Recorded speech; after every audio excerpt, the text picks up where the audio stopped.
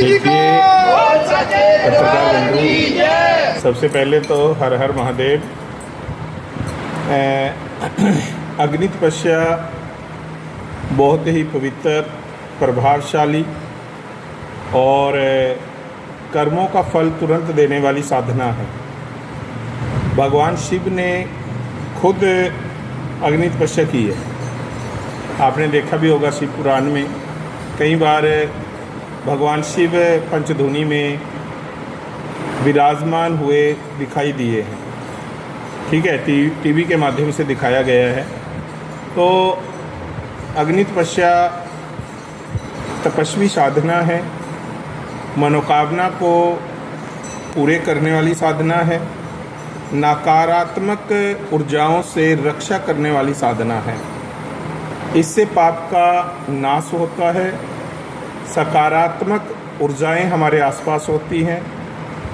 और जो लोग अग्नि तपस्या का दर्शन करते हैं, उनके दर्शन मात्र से ही पाप खत्म हो जाते हैं और पुण्य शुरू हो जाते हैं। जिनके पास संतान सुख नहीं है, जैसे बेटा नहीं है, उनको पुत्र रत्न की प्राप्ति होती है। किसी भी तरह का कोई भी कार्य है जो नहीं हो रहा है, मैं एक बार आपके माध्यम से सभी श्रद्धालुओं से ये आदेश करता हूँ कि आपके एरिया में जहाँ भी कोई संत अग्नि तपस्या कर रहा है, तो आप उसके मात्र दर्शन कर लो वहाँ पर जाकर। तो उसी से आपकी सभी नकारात्मक ऊर्जाएं खत्म हो जाएंगी, सकारात्मक ऊर्जाओं का संचालन होगा, शुरुआत होगी। तो नौकरी पैसे के कार्य बनेंगे, घर में भूत बाधाओं के जो क्लेश रहते हैं वो खत्म हो जाएंगे, ईश्वर कृपा बरसेगी और संतान का सुख मिलेगा। तो अग्नि तपस्या बहुत ही प्रभावशाली तपस्या है, फल देने वाली तपस्या है। मतलब जितना वर्णन करो उतना कम है। तो सभी को इसमें आना चाहिए और दर्शन करने चाहिए। मेरी तो सभी से यही अपील है। आज जगज्योति दरबार में मेरा अग्नि तपस्या का 10वां दिन है। 10वां दिन है और ये निरंतर 6 जून तक चलेगा। 6 जून तक चलेगा। 6 जून को मेरे पूरे 41 दिन हो जाएंगे। और देखिए, सनातन धर्म में 41 का ही पूरा संपूर्ण सहयोग है। 41 दिन की ही साधना करनी चाहिए।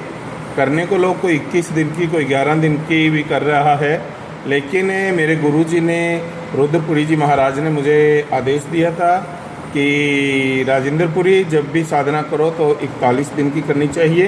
तो आज हमारा 10वां दिन है और लगातार ये 41 दिन तक निरंतर चलेगा। साबरा गाँव से डिस्ट्रिक्ट से, और मैं यहाँ पर कम से कम 6-7 साल से गुरुजी जगज्योति धाम से जुड़ा हुआ हूँ।